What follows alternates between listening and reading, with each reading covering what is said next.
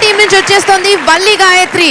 ఎలా ఎలా ఎలా తెలుపను అనే పాటకి ప్యారడీ పాడుతూ ఆడాళ్ళు మాత్రం తక్కువ తిన్నారా, కోపం వస్తే ఆవకాయ కంట్లో పెడతారు, చింతబరిక చేత పెడతారు.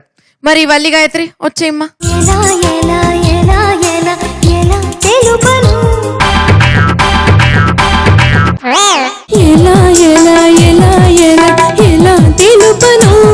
ఎదలోని కోపము మదిలోని మంటను. ఎలా ఎలా ఎలా ఎలా ఎలా తెలుపను ఎదలోని కోపము మదిలోని మంటను.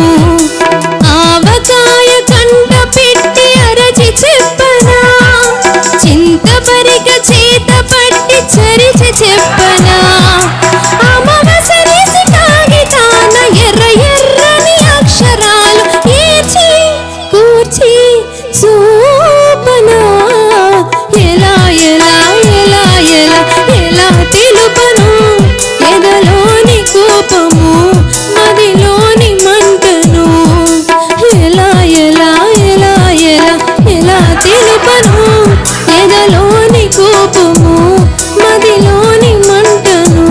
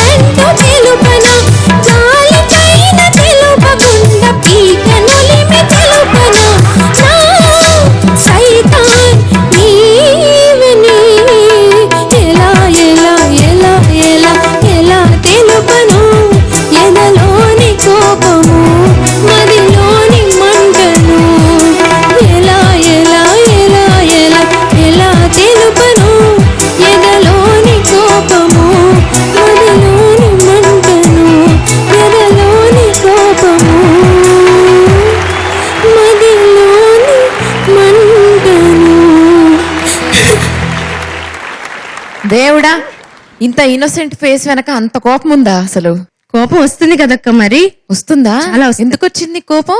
నేను బస్ స్టాప్ లో వెళ్తుంటే నన్ను ఒకటి ఏడిపిస్తున్నాడు డైలీ, అందుకని కోపం వచ్చిందా? నన్ను వెళ్ళి విన్న తర్వాత వాడెప్పుడు పారిపోయి ఉంటాడులే, నిశ్చింతగా వెళ్ళొచ్చు. ఇలాంటి పాటలు పాడుతూ ఉండు కోపం వచ్చినప్పుడల్లా. ఓకేనా సార్? మరి మీకు ఎలా అనిపించింది నా పర్ఫార్మెన్స్? నువ్వు చాలా గొప్ప నటివి. Thank you sir. సందీప్ గారు, జొన్నమిత్రులు గారు చెప్పినట్టుగా అద్భుతమైన నటివి నువ్వు.